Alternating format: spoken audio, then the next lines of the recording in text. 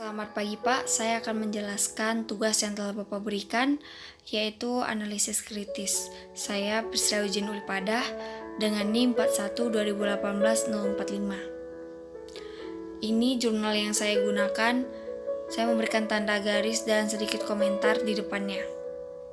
Bisa dilihat. Oke, untuk introduction-nya, latar belakangnya yaitu rumput laut adalah salah satu tumbuhan laut yang memiliki potensi sangat besar dalam menyediakan sumber bahan organik dan oksigen dalam kepentingan ekosistem.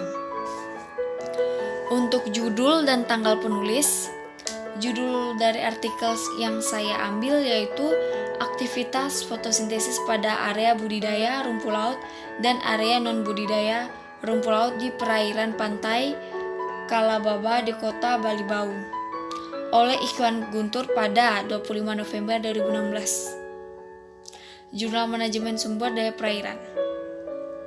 Kepentingan penulis sendiri yaitu penelitian ini memang dilakukan sebagai bentuk informasi ilmiah agar bisa dibaca oleh pembaca.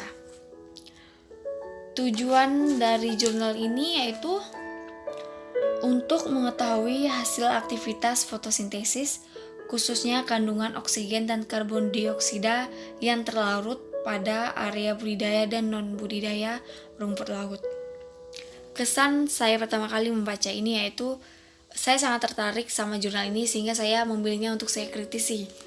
Nah, menurut saya sendiri artikel ini sudah bagus dari judul hingga tujuannya dan sudah sesuai dan menarik oleh peminat pembaca. Oke, selanjutnya bagian body yaitu sintesis dan kritis. Untuk pengaplikasian atau metode yang digunakan sudah cukup baik dan dapat digunakan oleh beberapa masyarakat seperti mengukur DO. Kemudian untuk badinya sendiri ada 6 yang saya kritisi. Ada untuk bagian judul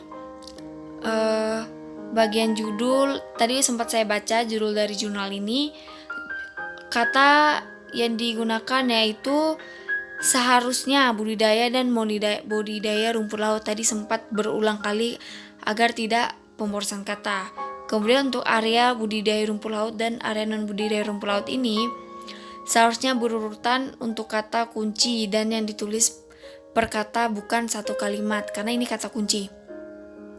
Kemudian untuk dengan lajunya hilang CO2 atau munculnya O2 pada sitasi Nyebeck 1998 ini saya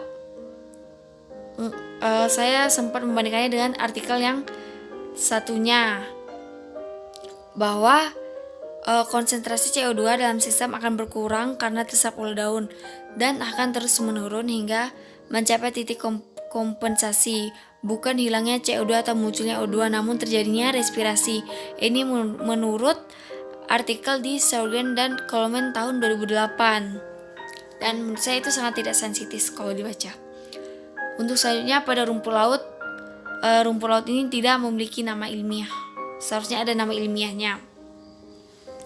Dan agar lebih spesifik untuk yang terakhir, ketika saya baca ini tidak sesuai dengan judul maupun tujuan jurnal. Nah, untuk masalah sendiri dari jurnal ini, bahwa penulis mengatakan apakah luas lahan budidaya rumput laut sendiri dapat menjadi kontribusi yang lebih besar bagi keberlangsungan ekosistem. Oke, untuk yang selanjutnya yaitu conclusion. Untuk rangkumannya sendiri dari body beberapa kalimat sudah bagus, namun dalam penggunaan kata ada yang berulang dan kata-katanya tidak sensitif seperti itu. Dan juga ketika saya membandingkan dengan artikel yang lain agak kurang spesifik dalam menjelaskan artikel tersebut. Kemudian untuk final judgment-nya, untuk keseluruhan artikel sudah cukup bagus dan mudah dipahami pembaca. Hanya saja ya seperti yang tadi saya bilang, kurang sensitif dalam penulisan. Dan saran saya sendiri untuk penulis bahwa lebih banyak untuk melihat tinjauan pustaka agar lebih banyak aspek yang dapat dilihat dalam pengukuran fotosintesis. Karena dalam jurnal ini sendiri hanya diukur melewati karbon dioksida dan